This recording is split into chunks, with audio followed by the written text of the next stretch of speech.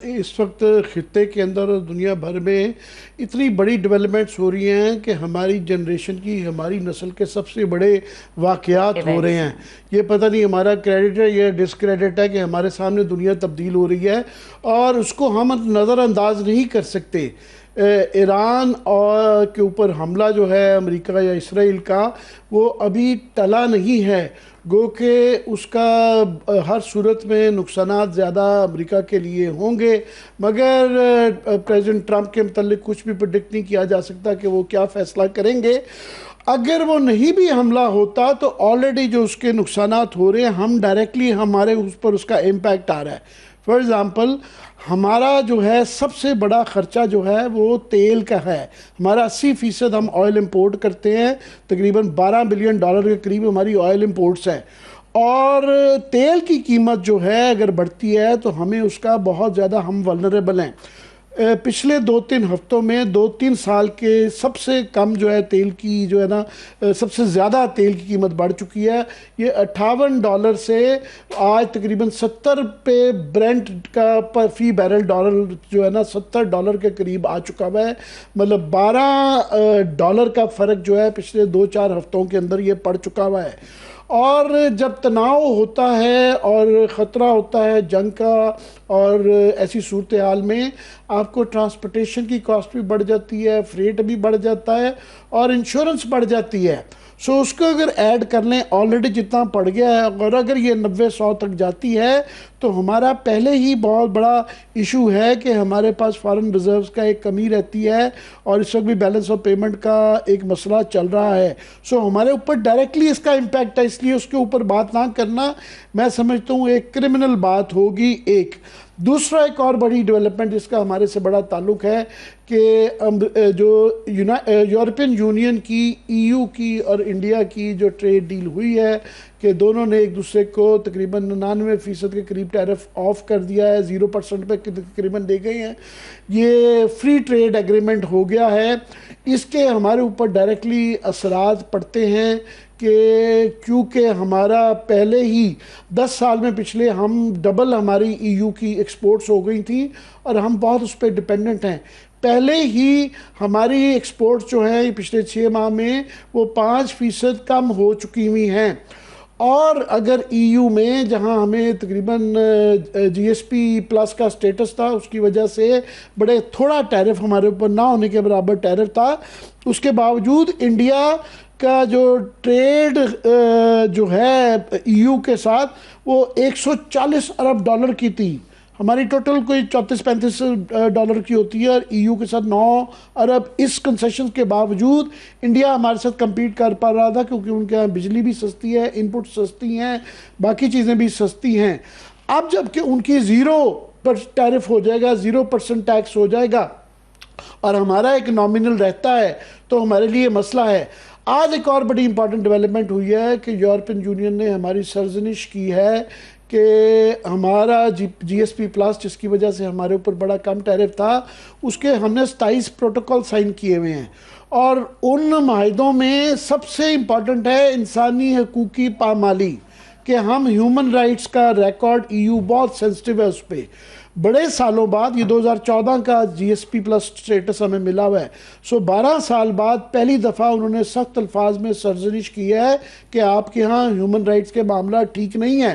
اور کیونکہ اب انڈیا کے ساتھ ان کا یہ تعلقات بڑھ گئے ہیں، سو شاید ہو سکتا ہے اگر یہ خدا نخواستہ وہ ہمیں بالکل ہی کر دیتے ہیں آؤٹ. پہلے ہی بتایا جا رہا ہے کہ $2 بلین سے $4 بلین تک کا نقصان ہو سکتا ہے، شاید اس سے زیادہ بھی ہو. گور اعجاز فار ایگزامپل بڑے معتبر بزنس مین ہیں، وہ کہہ رہے ہیں جناب یہ $9 بلین کو بڑا ٹھیک ٹھاک ایکسپورٹس کو EU کی جھٹکا لگے گا. سو یہ ایک بڑے سیریس معاملات ہیں. مگر ہمارے ہاں کیا ہو رہا ہے؟ ہمارے ہاں بحثیں ہو رہی ہیں کہ میں روز یہ کنٹراسٹ پیش کرنے کی کوشش کرتا ہوں کہ جی پتنگیں کون سی بسنت پہ اڑنی ہیں اور میوزک کون سا چلنا ہے. پھر ایک عجیب ایک روایت بن گئی ہوئی ہے ہمارے یہاں حکومتوں کی، تمام ہی حکومتوں کی، کہ وہ آپ دیکھیں حکومت جو ہے ٹوسٹ کرتی ہے، اگنور کرتی ہے، جھوٹ نہیں بولتی. اب ایک طریقہ بار بن گیا ہے کہ عمران خان کے اوپر اسد اللہ خان ہمارے سینئر اینکر ہیں، انہوں نے یہ خبر دی کہ ان کو پنس کے اندر ان کی آنکھوں کا بڑا سیریس مسئلہ تھا, ان کو وہاں پہ علاج کے لیے لایا گیا ہے. ایک فیڈرل منسٹر صاحب نے آؤٹ رائٹلی ڈینائی کر دیا کہ ایسا تو ہوا ہی نہیں ہے. بھئی آپ جھوٹ نہیں بول سکتے, یہ بڑی ذمہ داری کی بات ہوتی ہے. خدا نہ خواستہ ان کی آنکھ کو زیادہ نقصان پہنچتا ہے تو وہ ہے اس طرح. یہ اس پہ تفصیلاً بعد میں بات کریں گے. پنجاب کے اندر مینول کے اندر بچہ اور اس کی ماں گر کے مر گئے, وہ آؤٹ رائٹلی انتظامیہ مکر گئی, اور اس کے بعد عظمیٰ بخاری صاحبہ نے بھی کہہ دیا یہ فیک نیوز ہے. سو یہ ایک آپ دیکھیں دنیا بھر میں کیا ہو رہا ہے اور ہمارے ہاں کیا ہو رہا ہے, یہ ایک عجیب کانٹراسٹ ہے. جی بالکل عامر صاحب, اور اس پہ مزید بھی بات کرتے ہیں کہ یہ جو کانٹراسٹ ہے اس کی امپلیکیشنز کیا ہیں, کیا نتائج نکلیں گے, اور جو عوام ہے اس کے مسائل کو حل کرنا حکومت کی پرائرٹیز میں کب شامل ہوگا. ہمارے ساتھ رہنما تحریک تحفظ آئین پاکستان مصطفیٰ نواز کھوکھر موجود ہیں, ان کو ویلکم کریں گے. جی عامر صاحب. جی مصطفیٰ, بہت بہت شکریہ کہ آپ ہمیشہ ہمارے لیے وقت نکالتے ہیں. اگر آپ کو موقع ملا ہو میرے ابتدائیے کے سننے کا کہ دنیا بھر میں کیا ہو رہا ہے, جنگ کے خطرات منڈلا رہے ہیں, اور ہمارے ہاں ایک بڑی پیٹی لیول کی باتیں ڈسکس ہو رہی ہیں جن مسئلوں پہ ہمیں غور کرنا چاہیے, وہ نہیں کر پا رہے. کیا کہیں گے آپ؟ جی شکریہ عامر بھائی. ایشو یہ ہے کہ حکومت یہ سمجھتی ہے کہ بہت چیزیں جو قانون کے تحت سب پلیز ذرا کرنا آواز اس کی کھوکھر صاحب کی اونچی کیجیے گا, ویسو صاحب کی, کہ جو چیزیں قانون کے تحت حکومت کے لیے کرنا ضروری ہے, جو کمپلشن ہے کسی بھی حکومت کے لیے ان اقدامات کو کرنا, حکومت یہ سمجھتی ہے کہ وہ یہ احسان کر رہی ہے.